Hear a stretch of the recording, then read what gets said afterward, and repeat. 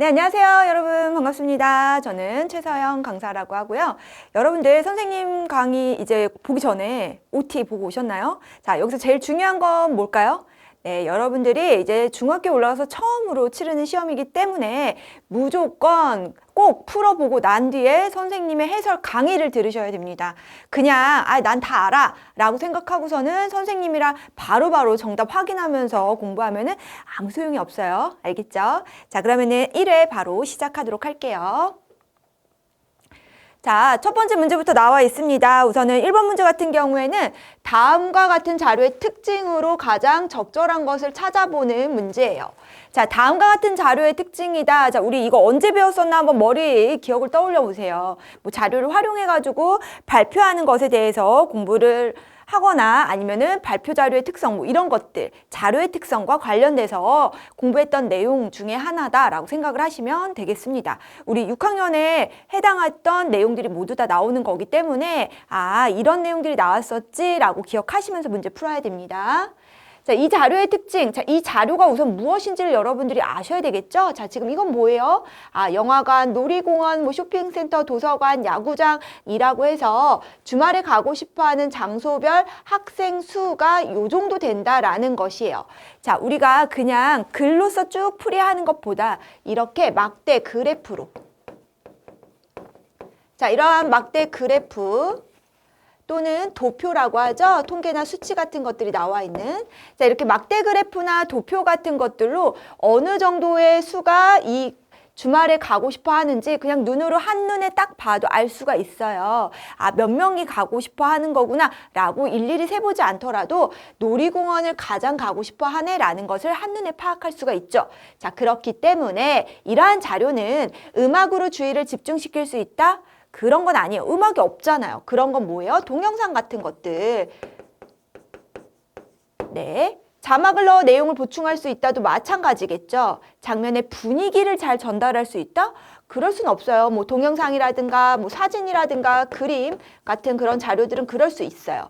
자, 하지만 이렇게 정확한 수치 같은 것들을 어떻게 할 수가 있어요? 눈으로 훨씬 더 잘 한눈에 보이게 할 수는 있죠. 그렇기 때문에 정확한 이런 수치를 시각적으로 파악할 수 있다라는 것입니다. 이게 맞아요. 설명하는 대상의 정확한 모습을 보여줄 수 있다라고 했는데 그거는 사진이나 그림 또는 동영상 같은 것들이 그렇겠죠? 자, 그래서 정답은 바로 몇 번이 되겠습니까? 그렇죠. 바로 4번이 정답이 되는 것입니다. 그러면은 2번으로 넘어갈게요. 기억에 들어갈 관용 표현으로 적절한 거 찾는 문제입니다. 우리 관용 표현 또는 뭐 속담 뭐 이런 것들 공부했었습니다. 기억하시나요? 자, 관용 표현이라는 것은 무엇이냐? 바로 그 두 낱말 같은 경우가 그 뜻이 각각의 뜻이 있는데 얘네들이 합쳐지니까 뭔가 새로운 뜻이 또 생기게 됩니다. 즉 특별한 의미를 지니게 되는데요. 자, 보시면 친한 친구 사이가 벌어지거나 틀어졌을 때 우리는 둘 사이에 무엇 하다라는 관용 표현을 쓸 수가 있다라는 것이에요. 자, 바로 뭐예요? 우리 뭐 창문에 공을 던졌어요. 그랬더니 찌지지지직 금이 갔어요. 네, 그런 것처럼 우리 사이가 틀어진 거예요. 그런 거를 그러한 금이 갔다의 의미가 아니라 이렇게 친한 친구 사이가 벌어지거나 틀어졌을 때에도 쓰일 수 있는 표현인 관용 표현이 된다라는 겁니다. 그럴 때 쓰이는 관용 표현 바로 무엇이다? 금이 가다라는 1번이 맞는 겁니다. 자, 그럼 귀가 얇다라는 건 뭐예요? 귀의 어떤 그 두께가 정말 얇다라는 것? 그거 아니죠. 바로 뭐예요? 남의 말을 굉장히 쉽게 받아들이는 것, 그런 걸 말하는 거고요. 김이 식다라는 건 뭐예요? 에이, 김 식었어. 깜짝 놀래주려고 했는데 하나도 안 놀랬잖아. 뭐 이럴 때. 자, 김이 식다라는 것은 뭔가 재미가 없어지거나 그랬을 때 김이 식었어 라고 표현을 하죠. 자, 간이 떨어지다는요? 네, 이거는 진짜 이제 깜짝 놀랐을 때, 간 떨어질 뻔했잖아 라고 표현을 하죠. 자, 이렇게 뭔가 몹시 놀랐을 때 그럴 때 쓰는 관용 표현이다 라는 겁니다. 그러니까 원래의 뜻이 아니라 특별한 의미를 지니게 되는 거죠. 손꼽아 기다리다라는 건 뭐예요? 손을 하나하나 정말 꼽아서 기다리는 거예요? 네, 진짜 그만큼 기다릴 정도로 어떻게 하는 거예요? 몹시 기다리는 것을 말한다라고 생각하시면 되겠습니다. 자, 따라서 정답은 바로 1번이 되는 거예요. 그럼 3번으로 넘어갈게요. 우리 다음 중 공식적인 말하기가 아닌 것은 이라고 했습니다. 자, 우리 여기서도 공식적인 말하기 뭐 짜임새 있게 구성하는 것에서 어떻게 공식적으로 말을 하는지 여러 사람 앞에서 말하는 것 이런 것들 공부했었습니다. 자, 공식적인 말하기는 여러 사람 앞에서 말하는 것이라고 생각을 하시면 되는 거예요. 자, 그렇기 때문에 사적인 내 친구와 또는 부모님과 이렇게 사적으로 말하는 것이 아니다 라고 생각하시면 되고, 그럼 수업 시간에 토론하는 건 여러 사람과 함께 말을 하는 거니까 공식적인 말하기. 아나운서가 뉴스 진행하는 건 마찬가지 아나운서가 뭐 전 국민을 대상으로 여러 사람한테 말을 하는 거죠. 그렇기 때문에 공식적인 말하기가 됩니다. 자, 그럼 학급 회의에서 의견을 말하는 거예요. 이것도 여러 사람 앞에서 말을 하니까 공식적인 말하기.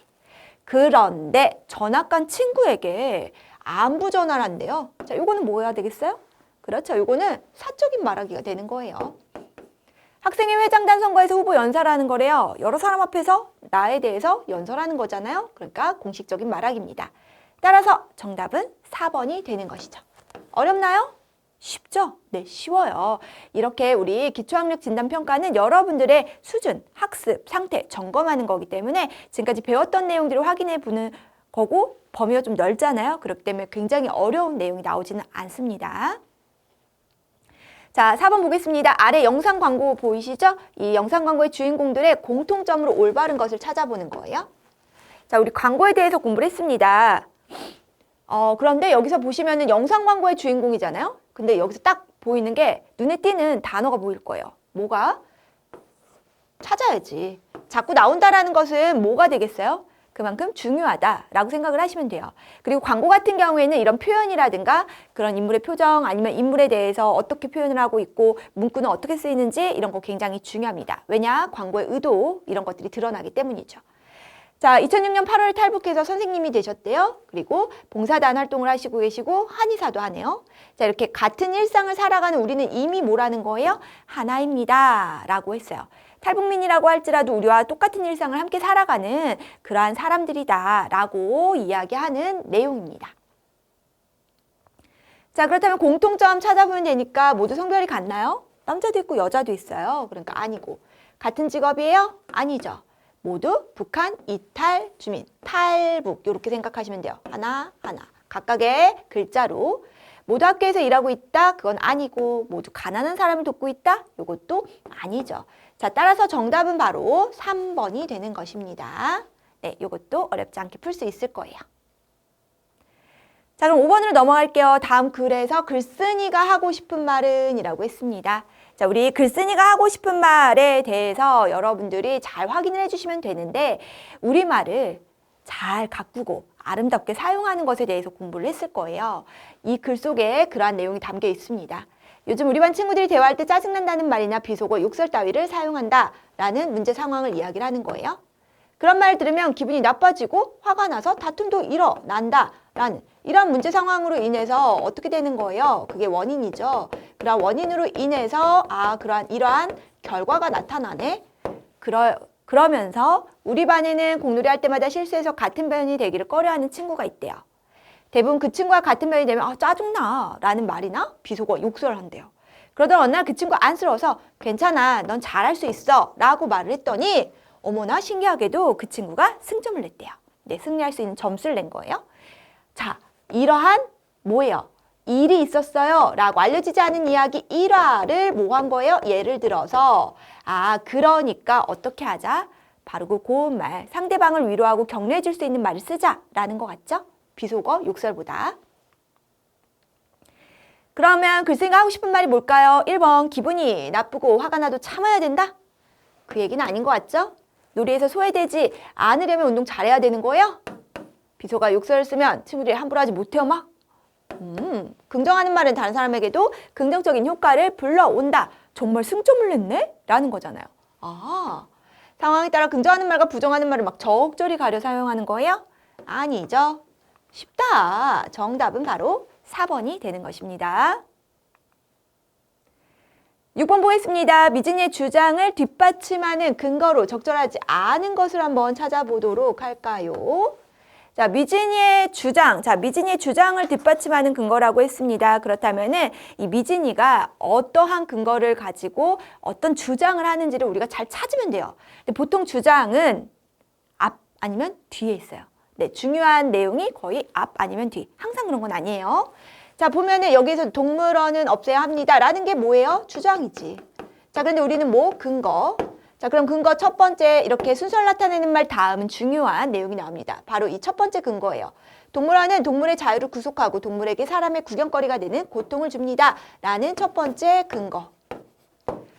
동물원에서 동물은 제한된 공간에 갇혀 수많은 관람객과 마주를 하다 보니까는 어떻게 된다는 거예요? 스트레스를 받아요. 아, 사람이 눈요깃거리가 아니라 존중받아야 하는 생명체다라는 거죠.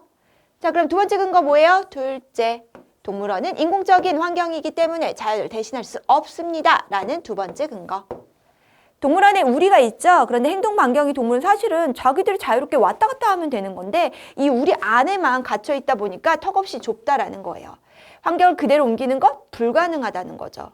아무리 인위적으로 잘 만들었다라고 할지라도 생태계, 그러니까 광활한 자연에서 있다가 이런 우리에서 있으면 어떻겠습니까?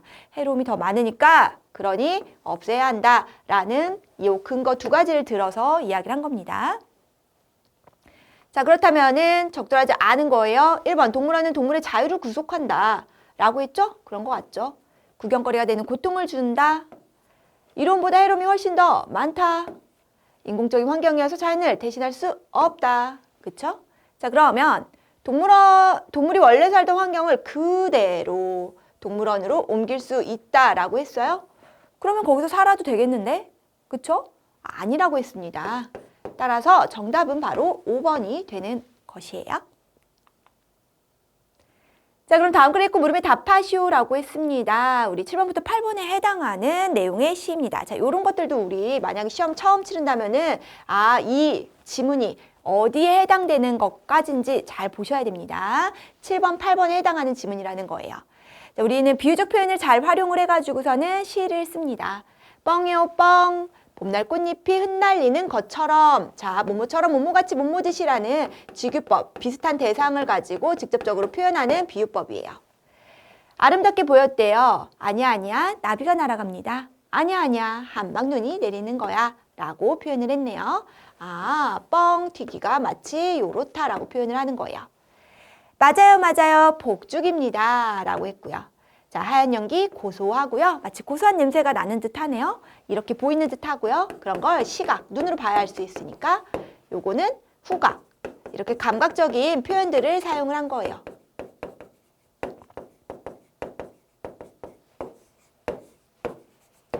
가을날 메밀꽃 냄새가 납니다. 마찬가지 후각. 아니야, 아니야, 새우 냄새가 납니다. 멍멍이 냄새가 납니다. 여기서는 후각적 심상을 사용해서 감각적으로 표현을 했구나. 그렇게 옥수수 냄새다라는 것이에요. 우리 팝콘 같은 거 생각하시면 되는 거죠? 자, 그러면 7번 윗글에서 뻥튀기가 사방으로 날리는 모양을 비유적으로 표현했어요. 그쵸? 앞부분에. 그러면 그렇게 아닌 거, 표현한 것이 아닌 거 찾는 거예요. 봄날 꽃잎, 나비 같다, 한방눈, 폭죽 같다 라고 했어요. 그런데 옥수수 냄새는 뭐예요? 날리는 모양이라는 건 뭐예요? 눈으로 봐야 알죠? 이렇게 시각, 눈으로 봐야 돼. 냄새는 뭐야? 후각이지? 그래서 이렇게도 딱 하나만 다르잖아요. 찾을 수 있습니다. 정답은 바로 5번이 되는 거예요.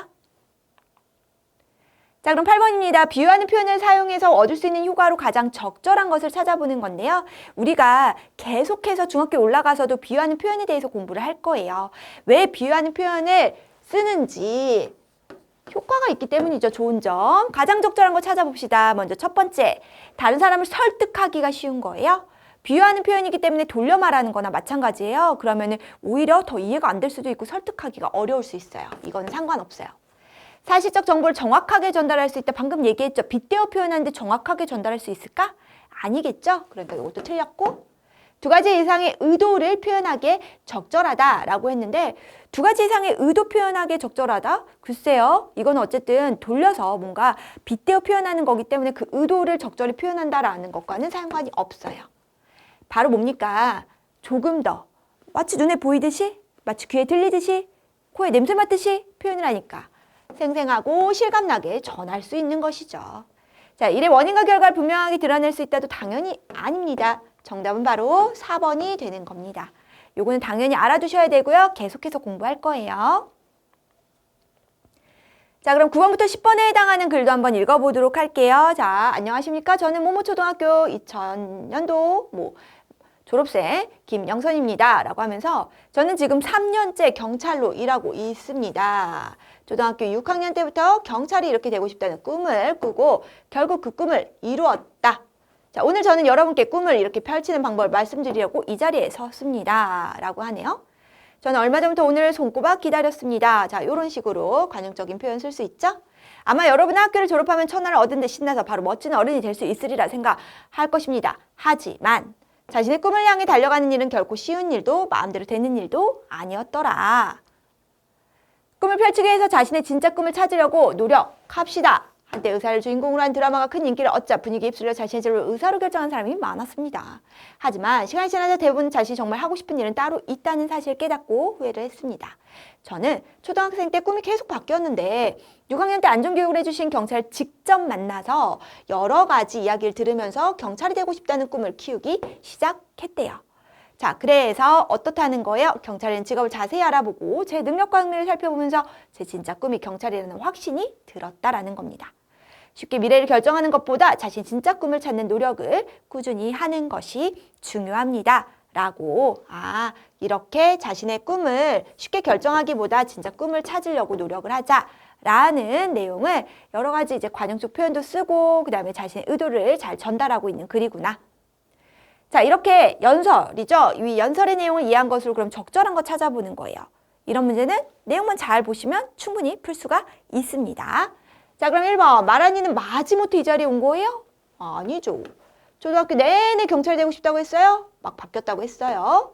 드라마 따라 의사를 꿈꾸는 학생들이 진짜 자신의 꿈을 찾는 노력을 꾸준히 한 결과? 아니죠. 후회했다고 했어요. 마란이는 후배들에게 졸업만 하면 꿈을 이룰 수 있으니 초조해하지 말라고 당부하는 거예요? 그러기 위해서 엄청난 노력이 필요하다고 했죠? 마란이는 안전교육을 담당한 경찰을 직접 만나 이야기를 듣고 자신의 진로를 결정하게 되었다라고 했죠? 그래서 정답은 5번이 되는 것입니다. 그럼 10번 이렇게 여러 사람 앞에서 말을 하는 거예요. 자, 유의점으로 가장 적절한 것을 한번 찾아보도록 하겠습니다. 자, 여러 사람 앞에서 말하는데 속도가 막 빠르면 상대방이 알아들을 수 있을까요? 어렵겠죠. 속삭이듯이 그럼 작게? 안 들리겠는데?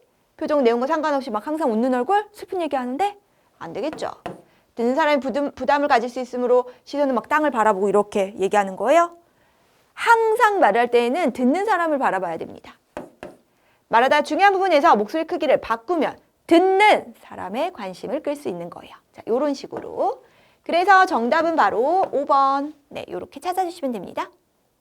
그래서 우리가 연설하거나 여러 사람 앞에서 말할 때 이렇게 손짓이라든가 표정이라든가 눈짓이라든가 목소리의 크기, 속도 이런 것들 굉장히 중요한 거예요. 자, 다음 글 읽고 물음에 답하시오라고 되어 있습니다. 화성성역 의궤라고 해가지고 우리가 내용을 잘 추론을 할 수 있어야 되거든요. 자, 이렇게 추론을 하려면은 논리적으로 잘 추리해내야 돼요. 내용을 잘 보시면서 앞뒤 내용을 잘 토대로 해서 이러한 내용을 담고 있구나. 낱말의 뜻도 잘 모른다고 할지라도 그 낱말의 뜻이 무엇일지 잘 보면서 확인을 해보는 거. 이런 것들이 모두 추론이라고 보시면 됩니다. 자, 그러면 화성성의 의궤는 수원화성의 성을 쌓는 과정을 기록한 책이래요. 그러한 의궤인데 수원화성은 일제강점기를 거치면서 성곽 일대가 좀 훼손되기 시작을 했고 6.25 전쟁 때 크게 파괴가 되었어요. 그런데 뭐예요? 네, 요 바로 화성성의 의궤를 보고 원래의 모습대로 다시 만들어지게 된 겁니다. 덕분에 수원화성이 1997년에 유네스코 세계문화유산으로 등록이 될 수가 있었고요. 자, 화성성의 의궤는 정조 임금이 갑자기 세상을 떠나는 바람에 다음 임금인 순조 때 만들어진 거예요. 건축과 관련된 의궤 가운데에서도 가장 내용이 많이 담겨 있어요. 수원 화성공사와 관련된 이 공식 문서는 물론이거니와 참여 인원, 사용된 물품, 그리고 설계 등의 기록이 그림과 함께 실려있는 일종의 보고서 같은 거다. 근데 그 내용이 아주 세세해요. 치밀해요. 그래서 공사에 참여한 기술자 1,800여 명의 이름, 주소, 일한 날수, 받은 임금까지 막 적혀 있어요. 공사에 사용된 모든 물건의 크기와 값은 또 얼마나 상세히 적혀 있는지 입이 떡 벌어질 정도로 아주 자세하게 기록된 보고서구나. 그러니 그걸 토대로 해서 정말 똑같이 다시 만들 수 있었겠죠. 당시 이렇게 자세한 공사 보고서를 남긴 나라? 우리나라밖에 없대요. 그러니까 요거는 정말 정약용과 그 다음에 정조 임금의 엄청난 그런 성격이 보여지는 책이 아닐까라는 생각이 듭니다. 그러면 11번 화성성역 의계에 실린 내용이 아닌 것. 자, 요거는 글 속에 다 있겠죠. 자, 그럼 1번 화성공사와 관련된 그림 있다고 했어요. 공사에 참여한 기술자가 받은 임금까지도 담겨 있고 훼손된 과정? 자, 관련된 공식 문서이자 참여한 인원과 이름 나와 있다고 했죠. 그러면 뭐예요? 훼손된 과정이 나타나 있지는 않겠죠. 네, 이걸 보고서 만든 건데 왜 훼손이 된 게 먼저 나오겠어요. 자, 넘어갑니다. 12번입니다. 그럼 이렇게 글을 읽고 추론하는 방법 아셔야 되죠? 네, 적절하지 않은 겁니다. 자, 논리적으로 추리해낸다라고 생각하시면 돼요. 우리 낱말의 뜻을 잘 모르겠으면 한 글자씩 떼서 기억을 하세요. 자, 그래서 찾을 수 있는 단서를 추리를 하는 거잖아. 그러니 당연히 단서 확인해야겠죠. 그래, 앞뒤 내용 토대로 알 수 있는 내용 잘 살펴봐야겠죠. 그 내용을 바탕으로 해서 친구들과 함께 질문 만들고 서로 묻거나 답한다. 그럼요. 평소에 자신이 알고 있던 사실과 경험한 것은 추론에 방해가 될까요? 항상 추리를 하려면 뭔가를 다 떠올려야 되는 겁니다. 글에 쓰인 낱말이 정확히 무슨 뜻으로 쓰였는지 궁금할 때에는 찾아보면 되겠죠. 그러면서 논리적으로 잘 추리를 해내는 겁니다. 그게 추론. 자, 그렇다면 정답은 바로 4번이 되는 것이에요. 다음 글 읽고 물음에 답하시오. 자, 우리 이번에도 봄비라는 시를 읽고서 물음에 답해 봅시다. 자, 시 같은 경우는 비유적 표현이라든가 이게 무엇을 담고 있는지 어떻게 표현했는지가 중요해요. 해님만큼이나 큰 은혜로 내리는 교양악이다 라고 표현을 했네요. 이 세상 모든 것이 다 악기가 되는데 달빛 내리던 지붕은 두둑 두두둑 큰 북이 되고, 자, 이렇게 소리를 흉내내는 말을 잘 사용을 했어요. 아기 손 씻던 세수대와 바닥은 도당도당 도당당 작은 북이 된다. 아하, 뭐 같아요? 비가 내리는데 그 비를 이런 식으로 표현을 했구나. 감각적으로 표현을 했어요. 그리고 비유적 표현을 활용을 했고요. 앞말 냇가에선 퐁퐁퐁퐁, 뒷말 연못에선 풍풍풍풍. 네, 뭔가 조금 더 굵게 내리는 듯한, 그리고 좀 더 넓은가 봐요. 자, 이렇게 소리로 우리는 그걸 알 수가 있고, 외양간 엄마 소도 함께 댕그랑 댕그랑 엄마 치마 주름처럼, 네, 지기법 써서 산들 나부끼며 왈츠 봄의 왈츠 하루 종일 연주하고 있다 라고 운유법과 지기법을 활용을 해가지고 잘 표현한 봄비라는 시였습니다. 그러면 우리 위의 시를 낭송이라는 건 소리내어 읽는다 라는 뜻이에요. 자, 이렇게 낭송하는 방법을 알맞지 않은 것을 찾아보는 거예요. 자, 낭송을 하니까는 아무래도 이런 시 같은 경우는 리듬감이 살려있고 특히나 이런 흉내내는 말들이 들어가 있잖아요. 네, 그렇기 때문에 그런 것들을 잘 살리고 시의 분위기가 어떤지도 잘 살려서 읽는 게 맞아요. 근데 한 글자 한 글자씩 무조건 끊어서 읽는 거예요? 그럴 필요는 없습니다. 노래하듯이 부드럽고 자연스럽게 읽고 떠오르는 장면 상상하면서 읽어야죠. 부끄러워하지 않고 자신 있게 읽는 것도 당연하겠죠? 자, 따라서 정답은 바로 2번 찾아주시면 되겠네요. 넘어갈게요. 자, 14번. 위시의 기역 부분이 표현하고자 한 장면으로 가장 적절한 거 찾아보도록 할까요? 기역 부분이 어딨나? 자, 앞말 냇가에선 퐁퐁퐁퐁, 뒷말 연못에선 풍풍풍풍. 자, 뭐예요? 소리를 흉내내는 말을 잘 활용을 했어요. 자, 근데 청소하는 거냐, 합쳐지는 거냐, 근데 흐르는 거냐? 이런 거 모두 아니죠. 아이들이 노는 것도 아니고. 자, 이렇게 내리는 거야. 그 소리를 잘 표현을 했어. 그 내리는 게 바로 앞말 냇가와 뒷말 연못의 봄비가 경쾌하게 내리는 장면을 흉내내는 말을 사용해서 잘 나타냈구나 라고 생각하시면 됩니다. 자, 따라서 정답은 바로 5번이 되는 것입니다. 자, 그러면 이번에는 인물의 삶에 대해서 이야기하고 있는 전기문이죠. 자, 바로 아프리카 케냐 중앙 고원 지역 이히테의 작은 마을에서 누가 태어났습니까? 왕가리 마타이가 태어났습니다. 자, 이 왕가리 마타이라는 인물의 삶에 대한 내용이었습니다. 자, 이 인물의 삶을 통해서 인물이 추구하는 가치가 무엇인지를 파악하는 것 공부했습니다. 자, 집안의 맏딸인 왕가리 마타이는 어머니를 도와 집안일을 하고 동생들을 보살폈어요. 그 당시 케냐에서는 여자아이를 학교에 보내는 경우가 매우 드물었어요. 우리도 옛날엔 그랬어요. 자, 왕가리 마타이도 자신이 학교에 다니게 될 것이라고 생각하지 못했어요. 그러던 어느 날 오빠 은데리투가 어머니에게 왕가리 마타이는 왜 학교에 다니지 않느냐고 이제 물었고, 어머니는 그래서 고민 끝에 학교에 보내기로 결심을 하게 됩니다. 왕가리 마타이는 학교에서 성실하게 공부해 좋은 성적을 거두게 되고요. 선생님들 왕가리 마타이의 남다른 총명함과 성실함을 눈여겨보고 장학금을 받아서 외국에서 공부할 수 있도록 도와주게 된 거예요. 자, 이러한 인물의 삶을 잘 보시고요. 외국에서 공부 마치고 이제 케냐로 돌아왔어요. 그런데 황폐해진 케냐의 마을 풍경을 보고 깜짝 놀라게 됩니다. 왜냐? 새로운 지도자들이 돈벌이를 위해서 이렇게 숲을 막 없애고 차나무와 커피나무만 심은 거예요. 울창했던 숲이 벌목 다 잘라낸 거예요. 나무들을 벌거벗은 모습이 되었고 비옥했던 토양은 영양분이 고갈되어서 동물과 식물을 제대로 길러낼 수 없는 상태가 된 겁니다. 자, 이러한 변화로 사람들은 땔감을 구하기가 어려웠고요. 작물이 잘 자라지 않으니까 더욱더 안 좋아진 거예요. 먹고 살아야 되잖아요. 즉 가난과 굶주림 속에서 고통을 받고 있었던 그런 상황이 펼쳐진 거예요. 자, 그래서 이렇게 파괴된 환경이 그녀와 그녀의 아이들 그리고 케냐의 모든 이에게 고통을 주고 있다라는 것을 깨닫게 된 왕가리 마타이가 자신이 할 수 있는 일이 무엇인지를 생각해 보게 되었고 어떻게 하기로 한 거예요? 나무를 심는 거야 라고 생각하고 하려고 하는 것이죠. 그러면 15번. 자, 위글의 왕가리 마타이에 대한 설명으로 적절한 것을 한번 찾아보도록 할까요? 집안의 맏딸이기 때문에 학교를 다닐 필요가 없었다라고 되어 있는데요. 요거는 뭐 당연히 아니죠. 이런 문제는 내용만 잘 보시면 충분히 찾을 수 있어요. 외국에서 돌아와 케냐의 최초의 여성 지도자 된 거 아니죠. 오빠의 말이 계기가 되어 학교 다닐 수 있게 됐죠. 경제적 가치 창출을 위해 차나무와 커피나무를 심기로 한 거 아니고요. 장학금 받을 수 없어서 외국으로 가서 공부한 거요? 장학금을 받아서 가게 된 거예요. 그래서 정답은 3번. 이런 문제는 글 잘 읽고 내가 글 기억하고 있다고 할지라도 내용을 꼭 보신 다음에 그 다음에 풀어야 합니다.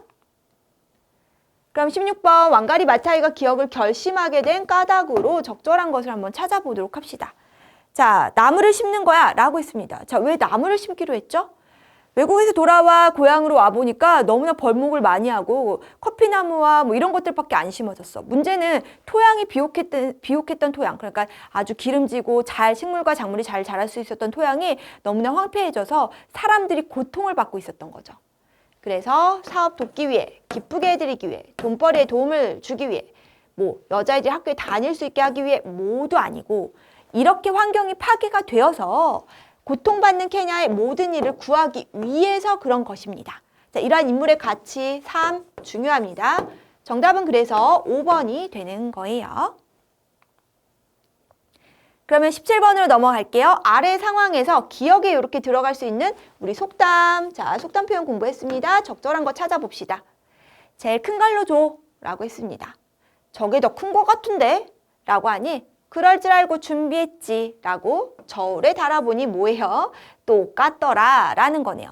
그러니까 뭐예요? 남의 떡이 더 커 보인다 라는 속담이 있습니다. 내 거보다 뭐예요? 남의 것이 더 좋아 보이고 그럴 때 쓰이는 속담 바로 요거죠.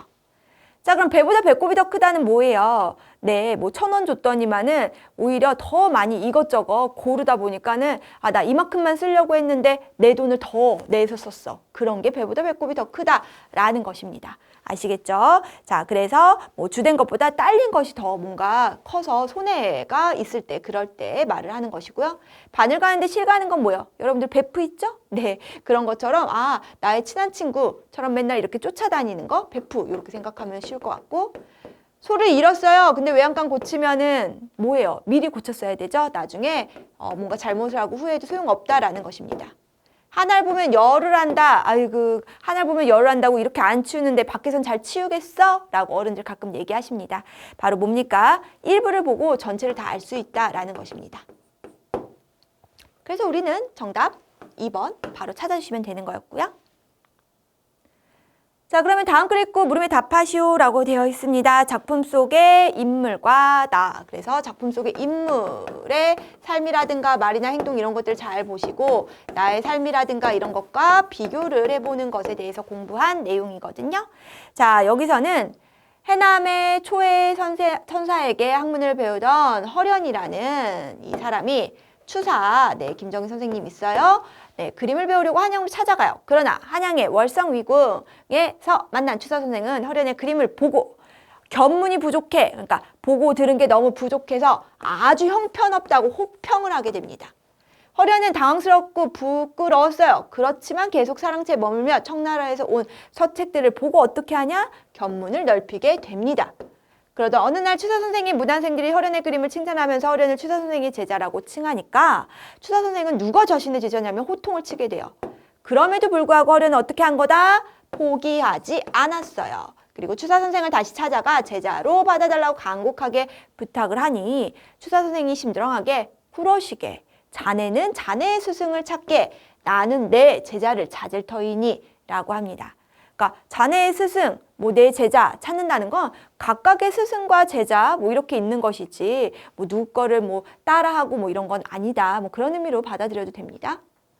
자, 대단히 아리송한 말이었어요. 짧게 흘린 웃음소리도 아리송했대요. 자, 제자를 찾겠다는 말이 제자가 될 만한지 두고 보겠다? 아니면 내가 찾는 제자가 아니다? 이런 걸 묻는 것조차도 두려웠어요.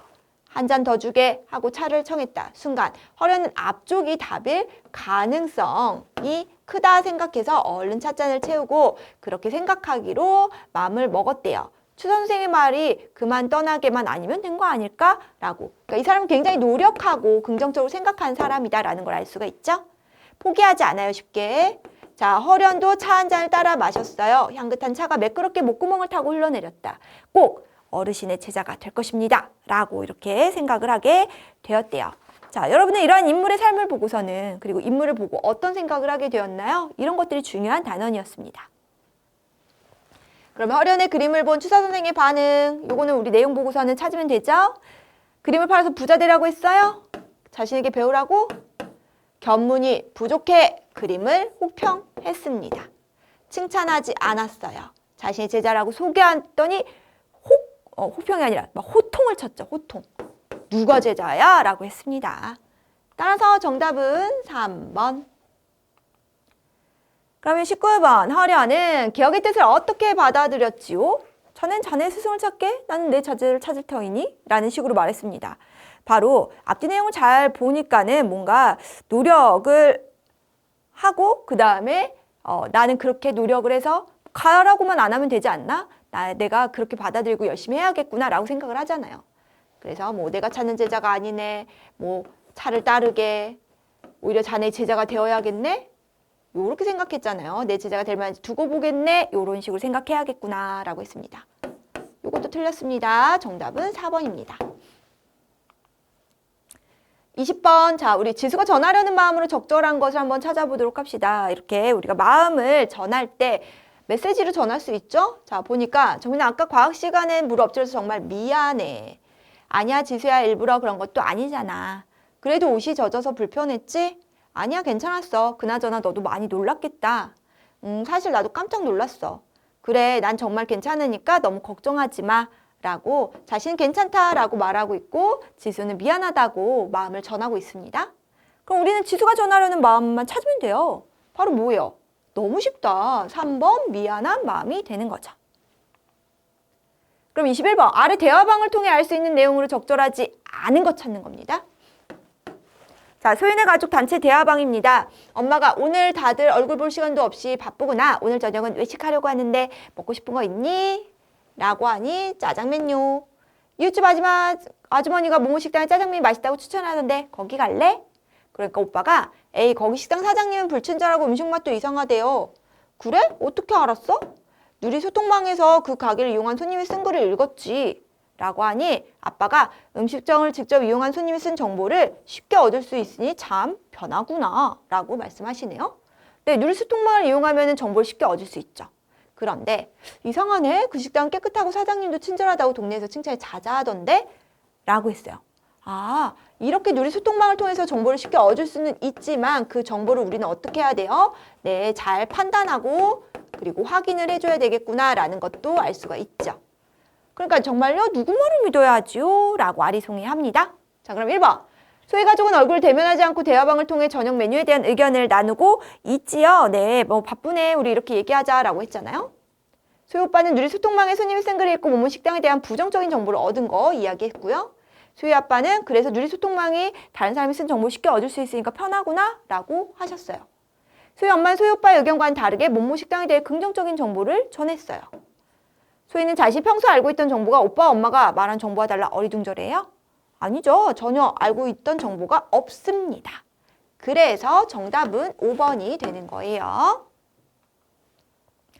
그럼 22번 글쓴이가 다음 글을 쓴 목적으로 가장 적절한 것을 한번 찾아보도록 할까요? 자, 너희는 항상 버릇처럼 말하기를 일가 친척 중에 한 사람도 불쌍히 여겨 돌봐주는 사람이 없다라고 개탄했대요. 막 탄식했다라는 겁니다. 자, 이거 기억하시나요? 자, 마음을 나누는 글을 쓰는 것으로 편집글만 한 게 없죠. 자, 이 편집글 바로 정약용이 두 아들에게 쓴 편집글입니다. 자, 너희들 그렇게 개탄하고 한탄해 하지만 말고 주어라 또 주어라 라는 제목에 걸맞게 주기를 하는 그러한 마음을 가져라 라고 보답하는 마음을 가져라 라고 당부의 글을 쓴 것이에요. 자, 더러나 험난한 물길 같다느니 꼬불꼬불 길고 긴 험악한 길을 살아간다느냐 하며 한탄을 하고 있다. 하지만 이는 모두 하늘을 원망하고 사람을 미워하는 말투다. 큰 병이야 라는 것이죠. 자, 예나 지금이나 남의 도움만을 받으면서 살라는 법은 애초에 없었다. 마음속으로 남의 은혜를 받고자 하는 생각을 버린다면은 뭐라는 거예요? 절로 마음이 평안하고 기분이 화평해져 하늘 뭐 원망한다거나 미워하는 그런 병폐 없어질 거야. 그렇게 생각하지 말아라 라는 것입니다. 즉 당부의 목적이 큰 글이죠. 자, 그렇다면은 글을 읽는 이에게 교훈을 주기 위해 자, 이렇게 당부도 하고 또 뭐예요? 주어라, 그렇게 한탄하지 말아라 라고 교훈도 주고 있습니다. 적절한 가르침이죠. 삶을 돌아보고 반성, 격려하고 위로, 재미와 감동, 의도 감추기 위해 모두 아니네. 자신의 마음을 직접적으로 전달하는데 그것을 뭐 비유적 표현으로 감추려고 하는 건 아닙니다. 그래서 정답은 1번 찾아주시면 되겠습니다. 자, 그래서 22번까지 했고요. 자, 이제 얼마 안 남았습니다. 23번이에요. 다음 글의 제목으로 가장 적절한 것을 한번 찾아보는 건데요. 내용을 대표할 수 있는 것 또는 그 글쓴이의 어떤 생각이 드러나는 것 그런 것을 바로 무엇으로 제목으로 많이 씁니다. 그렇기 때문에 내용을 잘 보시고 글쓴이의 의도나 생각을 찾으면 돼요. 나는 우리나라가 세계에서 가장 아름다운 나라가 되기를 원한대요. 그런 걸 원하는구나. 가장 부강한 나라가 되기를 원하는 것은 아니다. 내가 남의 침략에 가슴이 아팠어요. 바로 우리 일제 강점기 시기를 막 거치고 침략도 많이 당했었잖아요. 내 나라가 남을 침략하는 것을 그래서 원치 않는데요. 또 우리의 부는 그냥 우리 생활을 풍족해 할 만하고 우리의 힘은 남의 침략을 막을 만하면 족한 거야. 오직 한없이 가지고 싶은 건 바로 높은 문화의 힘이다. 문화의 힘은 우리 자신을 행복하게 하고 나아가서 남에게도 행복을 줄 수 있기 때문이라는 거죠. 지금 인류에게 부족한 것은 무력, 경제력도 아니고 자연과학의 힘은 아무리 많아도 좋으나 인류 전체로 봤었을 때에는 현재 자연과학만 가지고도 편안히 살아가기에 넉넉하다라는 것입니다. 그러니까 높은 문화의 힘을 가져서 아름다운 나라가 되었으면 하는 거구나. 내가 원하는 나라는 그런 거구나 라는 거네. 그럼 내가 원하는 우리나라 바로 김구 선생님의 글이었습니다. 그렇죠? 요게 제목이에요. 과거를 돌아보는 삶, 뭐 부강한 나라, 과학기술 중요하다, 외국 침략 대비하는 건 이렇게 좀 막을만 하면 된다라고 했습니다. 자, 그래서 정답은 바로 2번이 되는 것입니다. 24번 주어와 서술어가 호응하도록 다음 문장을 바르게 고친 것. 자, 우리 말 문장이 잘 호응될 수 있도록, 잘 어울릴 수 있도록 해야 됩니다. 근데 그런 거에는 뭐 높임 표현도 있고 뭐 여러 가지 다양한 시간적인 표현도 있거든요. 자, 근데 여기서는 이제 서술어가 나는 동생보다 키와 몸무게가 더 무겁다. 서술어 여기 부분. 네. 이 주어 앞부분 주체의 대상이 되는 부분을 이렇게 어찌하다, 어떠하다의 형태로 표현을 하는 건데 문제는 몸무게가 더 무겁다는 괜찮아. 그런데 키가 무겁다는 괜찮아요? 안 되지. 그럼 각각의 뭐야? 서술어를 써야 돼요. 키가 어떻다, 몸무게가 어떻다. 이런 식으로. 아시겠죠? 자, 그렇다면 이렇게 하나만 쓰면 안 돼요. 요것도 하나죠? 그럼 키가 더 크고 몸무게가 더 무겁다. 요것만 돼. 키가 더 무겁고 라는 표현은 안 되잖아요. 그래서 정답은 바로 4번이 되는 것입니다. 자, 그럼 다음 광고가 의도한 바는 자, 광고의 의도, 목적 이런 것들은 우리가 그림이나 사진 잘 살펴보시고 자, 이런 식으로 뭐예요? 네, 문구 같은 것들도 잘 살펴보시고 설명하는 글도 잘 보셔야 됩니다. 잘 안 보이면은 여러분들 네, 우리 그 교환 보시고서는 읽어주시면 돼요. 자, 밥 한 번, 스마트폰 한 번, 가족과의 식사 시간, 친구와의 대화 시간에 사랑하는 사람을 옆에 두고 우린 뭐예요? 스마트폰의 눈길을 뺏고 있다는 거죠. 자, 당신도 스마트폰을 보고 있진 않나요? 스마트폰 사용량 전 세계 1위래요. 대한민국 스마트폰 사용만큼은 뭐가 되어도 좋다? 구두쇠가 되어도 좋다. 자, 구두쇠 이야기 자린고비라고 해서 우리 예전에 굴비 같은 거 먹을 때 그냥 올려놓고 먹었다 생각하고선 간장 찍어 먹자 했던 굉장히 구두쇠의 한 내용을 인용을 해가지고 우리 스마트폰을 조금 줄이자. 구두쇠처럼 절약하자. 뭐 그런 의미입니다. 그러면 찾을 수 있죠? 바로 어디 있습니까? 스마트폰 사용 시간을 줄이자. 4번이 정답이 되는 것입니다. 자, 이렇게 해서 선생님하고 우리 문제풀이까지 모두 25번 풀어봤습니다. 자, 1회 문제 다운로드 해가지고 먼저 다 풀고 그 다음 선생님의 해설 강의 들으신 거 맞겠죠? 혹시나라도 1회에서 안 했다면 2회에서는 스스로 풀고 그 다음에 선생님 강의 들으셔야지 확실하게 이해할 수 있습니다. 아셨죠? 자, 그러면은 선생님하고는 2회에서 만나도록 할게요.